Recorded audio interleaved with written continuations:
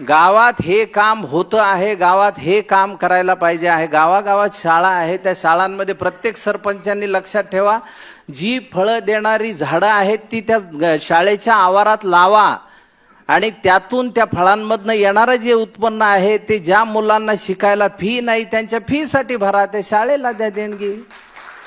त्या मुलांच्या नावाने ती झाडं करा. मुलांना 2 बाटल्या घरनं न्यायला लावा शाळेत, एक स्वतः पिण्यासाठी आणि एक त्या झाडाला घालण्यासाठी. त्याने काय होईल गावामध्ये, त्या पुढच्या पिढीचं काय होईल, ते उद्या झाडं लावतील की नाही हे महत्वाचं नाहीये, पण ते झाडं तोडू देणार नाहीत आणि हीच गोष्ट या देशाला वाचवू शकेल. विकास तर खूप होईल, पण झाडं नसतील तर त्या विकासाचं करायचं काय. ऑक्सिजन सिलेंडर कुठून आणायचे प्रत्येकाच्या नाकाला लावायला. कोविडने आपल्याला दाखवलं आपल्या गरजा किती आहेत. निसर्ग आता बोलू लागलाय, निसर्ग यानंतर भयंकर